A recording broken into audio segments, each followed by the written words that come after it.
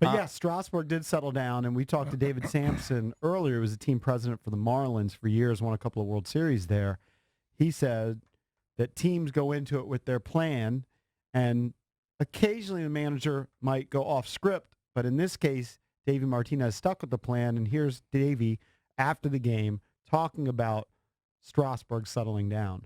I've said all along, this group of guys are resilient. They played to the last out, and tonight was no different.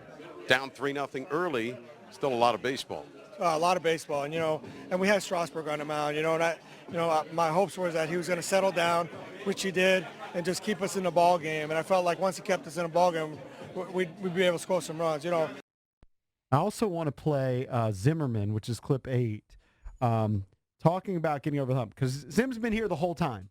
He's been through all of the disappointments. Like young guys like Soto, they don't know the history of this franchise. They're new to it. But Zimmerman's been through all of the Game 5 disappointments, through all of the elimination games, which didn't go the way of the Nationals, and they finally do get over the hump. And we've been talking about it all morning, and if you want to chime in, 800-636-1067, do you think there's a psychological advantage now, much like when the Capitals got over the hump, getting over the Penguins, getting beyond the second round, finally getting to the Eastern Conference Finals, and then they win that, and then they end up winning the Stanley Cup? Could this be the same situation for the Nationals? Here's Zim after the game. Brian, I'm sure you've thought about this kind of celebration for a long time. How did the actual experience compare? It's great. I think the relief to kind of get past that first round, and everyone, that's all they ever wanted to talk about. So to be able to finally break through and have it as a team effort the whole series, so many guys stepped up. Just fun group to be a part of. I would think, I know Zim, who's been there all along, but again, Zim's one of those guys that doesn't really feel the pressure. At least he doesn't show it outwardly. And from having conversations with him, I don't think he feels it that much. He's just a ball player. I get a different sense in the Caps. I feel like the Caps, there was more pressure, more expectation. That weighed on them maybe even a little bit more than Nats. I could be wrong, but to me it just seemed like this is just a different group of guys, and they hadn't been here.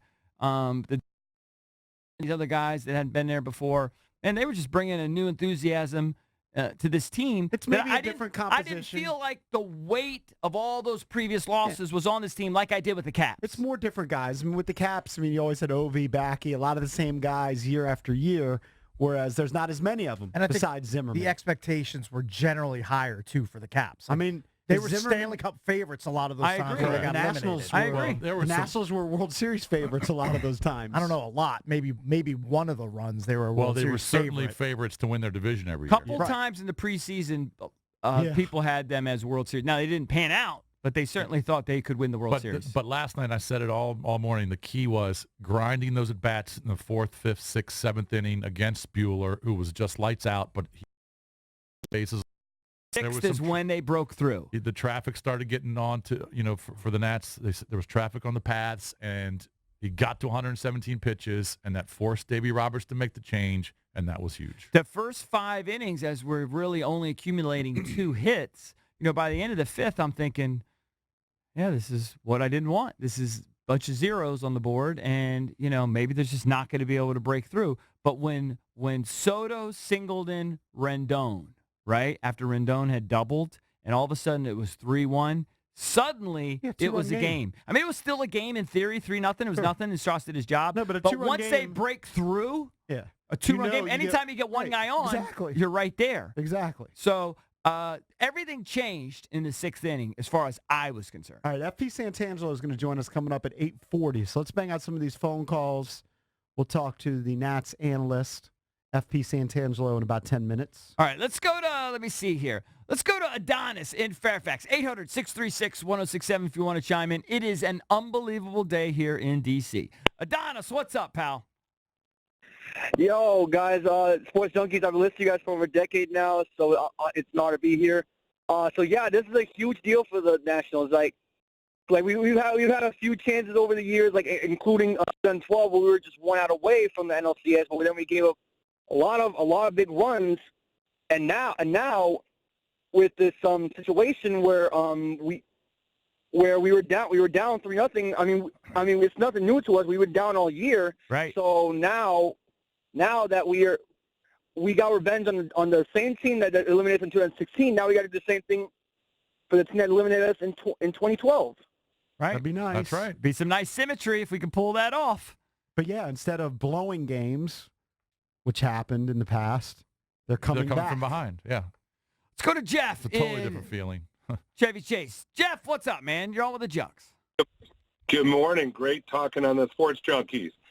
Well, I think everybody can agree that was the best Nats win ever. Yes. Yep. And Howie Kendricks was the biggest Nats home run ever. Without question. Even though it was on the road, And- without question. And we've got bats all of a sudden in the postseason. We got Zimmerman, Taylor, Soto, Rendon, Kendrick. I mean, what more can you ask for? And the bullpen. So here's my question. My kid and I were debating for several innings about pulling pitchers versus getting hitting versus keeping a hot pitcher in. We were all nervous about Corbin, and then he did that great finish in the 7th, and then pinch hitting for him in the 8th.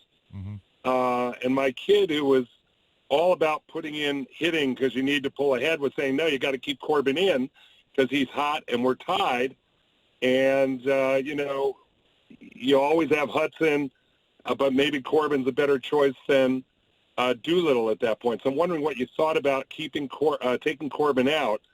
And then the other thing is, how do you think Doolittle is adjusting as the setup guy?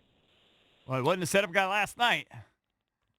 He wasn't the No, but he wasn't the closer. So well, he's been great. curious. He's been a total team guy. You're not going to find a classier, more well-balanced, educated guy. If that game is than Sean Doolittle. If that game's 7-6, you don't feel real comfortable. But when you're 4 up, well, I tweeted it 7-3, You're at okay the trying time. him out you there. feel okay. Before Kendrick hit that, and before we loaded the bases, I tweeted, "Are we really going to turn this over to Doolittle next? Because he's already warming up." Yeah. And that it scared me.